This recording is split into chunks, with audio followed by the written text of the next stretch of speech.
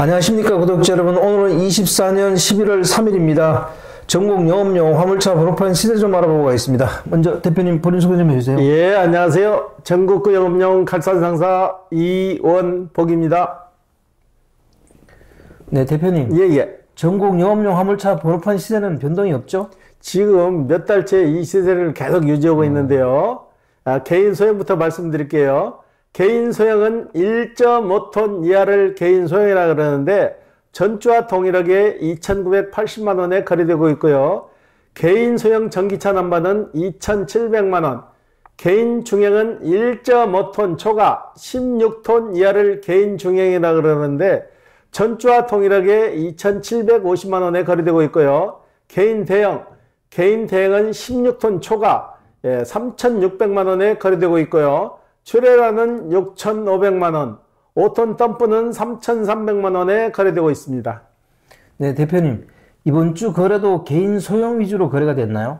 개인 소형도 이번 주에도 꾸준히 나갔는데 개인 중형이 이번 주에는 좀 빠졌어요. 개인 중형이 새 차로 가는 사람분 한 분도 없고 본인 차량을 집에서 가지고 나와서 거기다 장착하는 비율이 좀 컸어요. 네. 예.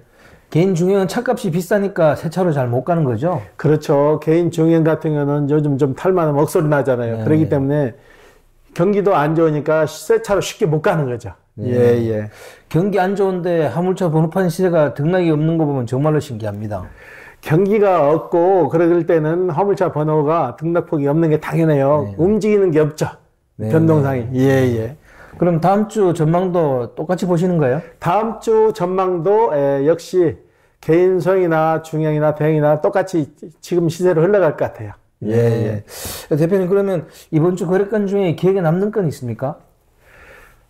제가 저번에도 누누이 말씀드린 분이 있어요. 개인 택시 2번, 화물차 2번 사가지고 하시는 분이 화물차를 다음 주에 이제 저희 사무실로 이제 가지고 들어올 거예요. 네. 들어오고 다시 개인 택시를 사신다고 해가지고 저희도 웃음밖에 안 나와가지고 자꾸 말려도 이분은 끝이 없어요. 끝이 없는데 마지막으로 다시 한번 도전을 한다 해가지고 이분이 이제 다음 주에 오시기로 돼 있어요. 네. 예. 그분은 이번에 잘 적응할 수 있을까요? 그분 어떻게 제가 장담을 못 하겠어요. 경기도 오포 사시는 어르신이 그러면 오포로 와라. 그러면은 하루에 한 탕만 하게끔 14, 5만 원짜리를 실어줄 테니까 와서 하라고 해도 거기까지 가서 일 못 하겠다고 하는데 이분은 어떤 생각을 하고 하시는지 저희도 이해가 안 가요. 예. 그럼 이번에 개인 택시 쪽으로 넘어오시는 거예요? 다시 개인 택시를 도전하는데 이번에는 인천 개인 택시가 아니고 부천 개인 택시를 하겠다고 그래요. 그래서 내가 부천 개인 택시 하게 되면 부천 개인 택시는 판매량이 그렇게 많지 않고 부천은 이동 인구가 좀 적어요. 그래서 수지 면에서 인천만 못 오니까 차라리 그러면 인천 걸 다시 해라. 그래서 그분이 이제 고민 좀 해갖고 오신다 그랬어요. 예. 대표님, 그러면 그분은 이번에 잘 적응해야 될 텐데 어떻게 뭐 방법이 있을까요? 자기네가 이제 자기도 마지막 이제 승부수를 던진다고 하더라고요. 아파트 담보대출을 받아가지고 그 대출금이 나오면 그걸로 시작을 지금 기다리고 있는데 이분도 더 이상 그런 선택을 안 했으면 쓰겠어요. 저희한테 오는 것도 참 부담스러워요. 적응 못 해서 자꾸 팔고 사고 하는데 저희 업자 같은 경우는 팔고 사고 좋은데 이분 생각하게 되면 굉장히 마음이 아파요. 예. 대표님, 그리고 이번에 그 화물 주선 수수료 상한요율이 정해졌다면서요? 지금 가뜩이나 수수료율이 높아가지고 기사들이 고통을 많이 받는데요. 이거 진짜 터무니없는 수수료율이 또 책정됐어요. 2024년 7월 9일 날 시행령이 선포돼 가지고 운송 주선사 준수사항을 해가지고 2024년 10월 9일 날 변경이 돼 버렸어요. 변경이 됐는데 상한 요율이 20만 원 이하는 25%. 또 올랐죠. 그리고 20만 원 이상 50만 원 이하는 20%. 그 다음에 50만 원 초과는 15%로 해서 자기네 임의대로 결정을 했는데 국토부에서도 이걸 받아들였다는 그 자체가 어마어마한 거죠. 실질적으로 기사들이 지금 받는 고통을 0. 몇 프로라도 알았으면 이런 법이 나올 수는 없는 거죠. 예. 이게 국토교통부령을 개정했다는 게 저도 거기에서 깜짝 놀랐습니다. 어떻게 지금 25% 수수료가 25%짜리가 어디 있냐고요, 대한민국에. 네네. 대한민국뿐만 아니라 세계 어느 나라에도 25% 수수료라는 건 없어요. 없는데 네. 이건 너무 과도하게 책정돼갖고 주선사들만 모아가지고 자기네들끼리 무슨 얘기를 했는지 몰라도 너무나 과다하게 수수료를 높여놓은 거죠. 네. 예. 요 최근에 화물 기사님들이 콜에 25% 수수료가 간혹 눈에 보인다 그런 얘기가 있었거든요. 예. 그게 이걸 두고 한 얘기였던 것 같아요. 지금 법을 다시 뜯어 고치더라도 이거 바꿔야지. 그렇게 나간다면은 기존에 화물하시는 분들, 화물하실 분들 몇 명이나 남겠냐고요. 네네. 수지 타산이 안 맞는데 25%씩 수수료 내고 얼마나 버틸 수 있겠냐고요. 네네. 예. 물론 이게 상한 요율이니까 25%까지 다 받는 주선사는 없겠습니다만은 어쨌거나 25% 받아도 되는 거잖아요.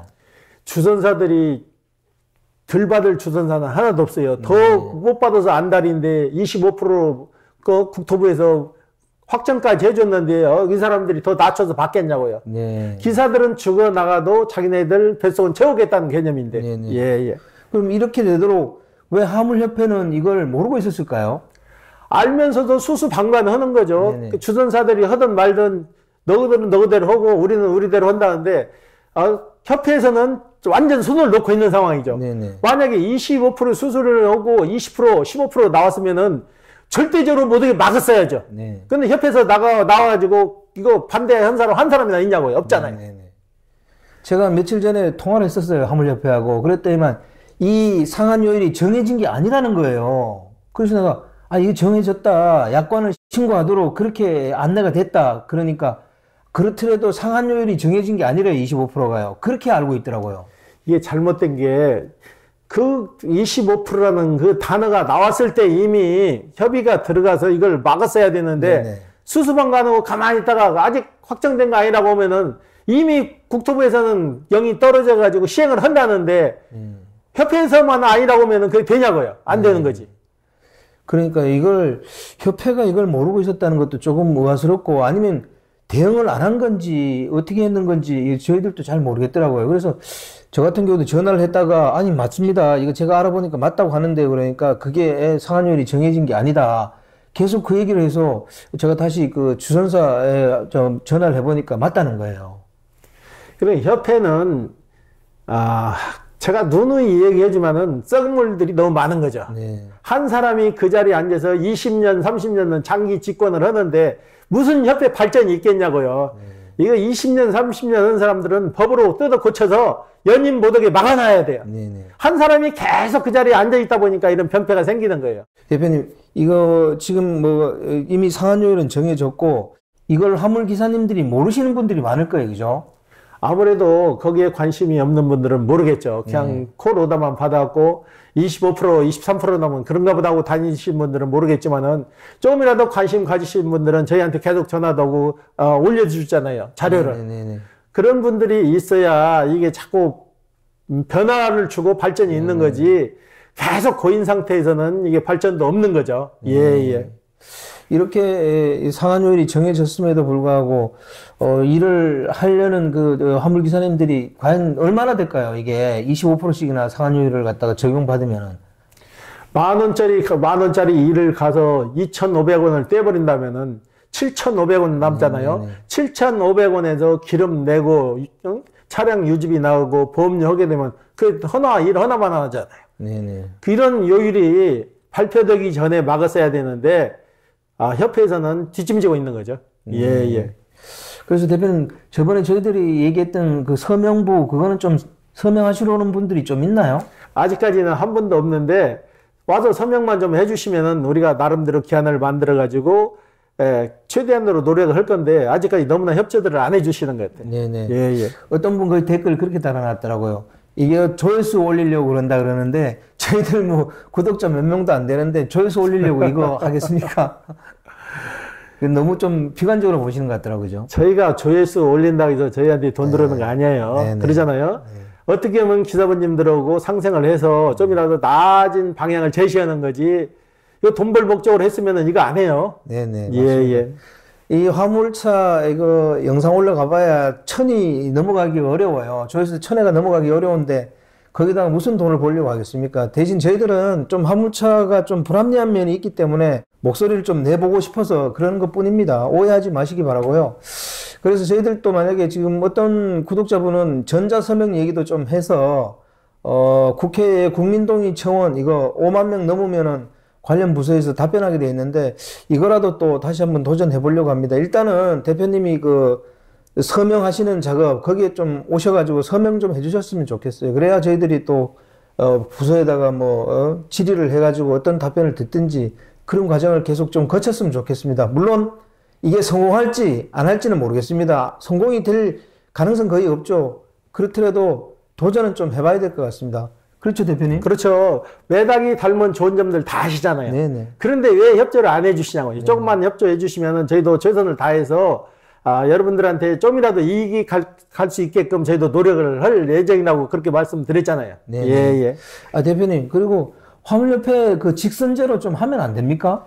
당연히 직선제로 바꿔야 돼요. 지금 시대가 어느 시대인데, 전에 체육관 대통령 법듣기 대의원 이사 몇 명이 조합장을 선출해가지고 그 운영을 하니 그게 조합이 제대로 이루어지겠냐고요. 네. 직선제로 해서 조합원들 의견을 100% 반영을 해서 나가야지 이런 안건도 생기고 하는 거지. 썩은 물은 과감히 도려내야 돼요. 네. 도려내고 썩은 부위를 도려내지 않으면은 언제까지 그 자리에 앉아서 계속 세워라 내워라 하다가 관둘 건데 이분들이 자력으로 나 관두냐고요. 네. 하여튼 구독자 여러분 그 서명부에 좀 서명 좀 해주십시오. 저희들이 그렇게 해서라도 좀 의견을 좀 부서에다가 전달해서 그 답변 좀 한번 받아보고 싶습니다.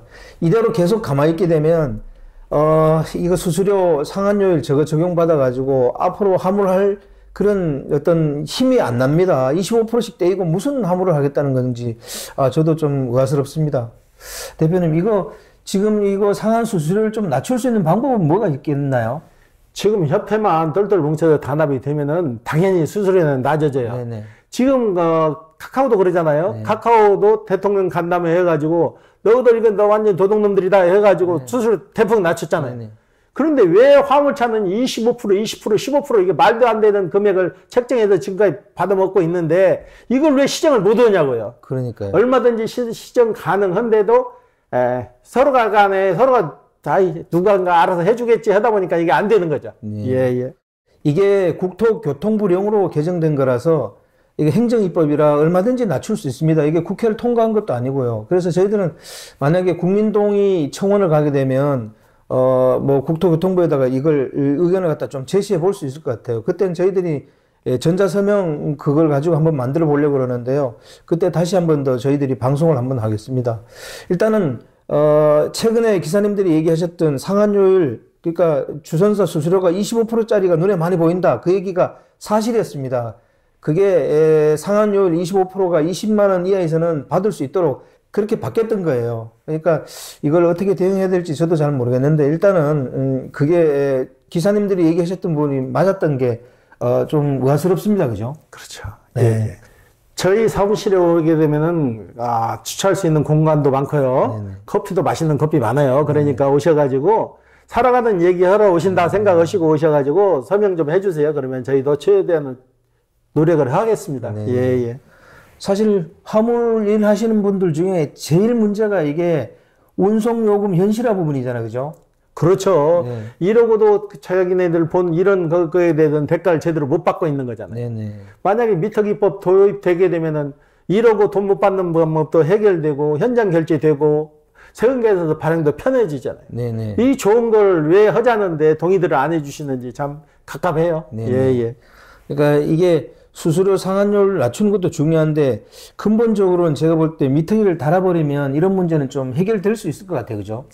이게 우리 기사분님들이 호응을 안 해주니까 협회에서도 나몰라라 하는 거예요. 네네. 만약에 기사분님들이 협회로 계속 전화해서 왜 그 좋은 게 있는데 시행을 안 하냐 하게 되면 협회에서도 움직이지 안 움직이겠냐고요. 네네. 예, 예. 저는 협회하고 전화 통화하고 나서부터 아유 깜짝 놀랐어요. 이게 전혀 모르고 있구나. 계속 그분도 내가 볼 때 진짜 모르시는 것 같더라고요.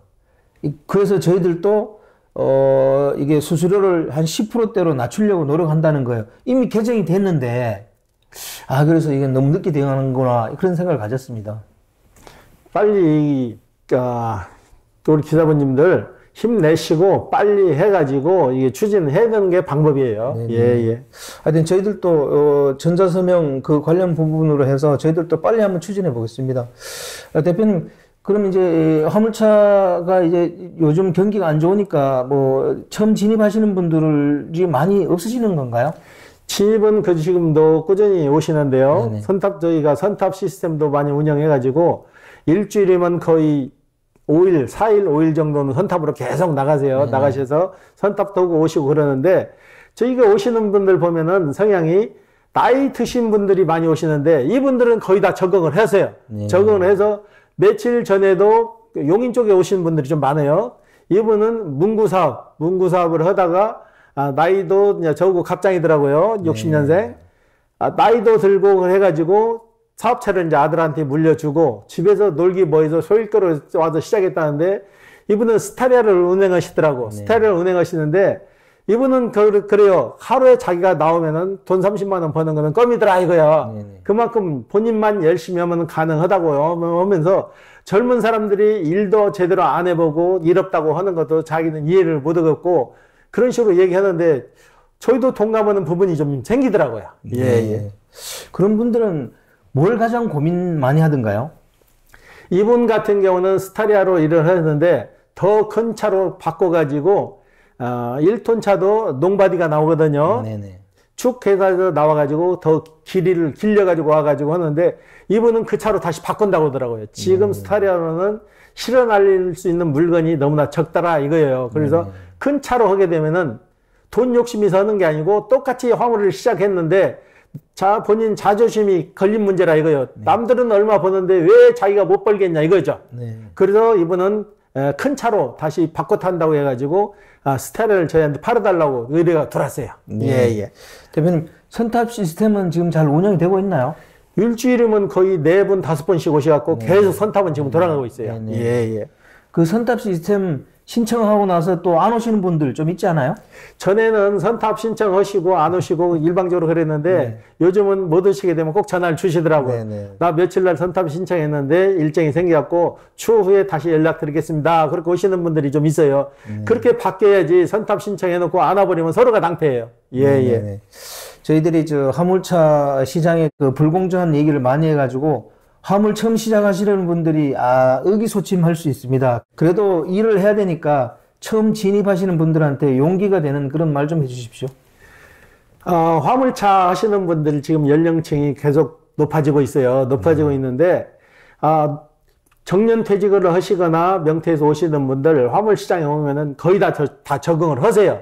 젊은 층은 적응을 못해도 나이 드신 분들은 적응을 잘 하시더라고.